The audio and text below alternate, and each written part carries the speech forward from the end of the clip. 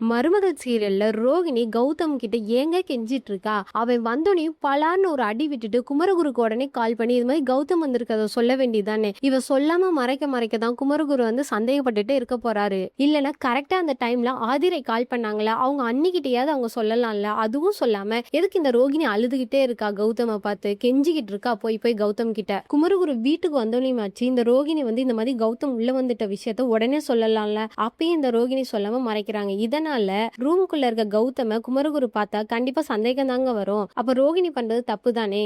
ரோகிணிக்கு இருக்கிற பிரச்சனைய மனசு விட்டு யாராவது ஒருத்தட்டையாவது சொல்லணும். ஒன்னு ரோகிணி ஹஸ்பண்ட் கிட்ட பேசணும், அப்படி இல்லைன்னா அவங்க அண்ணி ஆதரை கிட்ட பேசணும், அதுவும் இல்லைன்னா அவங்க அண்ணன்ட்டையாவது பேசலாம்ல. இப்படி யார்ட்டையுமே சொல்லாம இருந்தா பிரச்சனை மேலும் மேலும் வளர்ந்துகிட்டு தாங்க போகும். ரோகிணி இந்த உண்மையெல்லாம் சொல்லாம இருக்கிறதால பெரிய பிரச்சனையே வரப்போகுது. ஏன்னா குமரகுரு ரூம்குள்ள இருக்க கௌதம பார்த்தா கண்டிப்பா ரோகிணியை தான் அடி வெளுத்து எடுக்க போறான். அடி வெளுக்கிறது மட்டும் இல்லாம கொண்டு போய் அவங்க வீட்டுல விட்டுட்டு வரதான் போறான். அதுக்கு ரோகிணி முதையே வந்து உண்மையை சொல்லிட்டா நல்லா இருக்கும். அங்க வீட்டுல சத்யா பாத்தீங்கன்னா போன் பேசிட்டு இருக்கா. கரெக்டா அப்ப பார்த்து கார்த்தி உள்ள வந்துடுறான். உள்ள வந்த கார்த்தி எப்படியும் 1-2 விஷயத்த கேட்டிருப்பான்.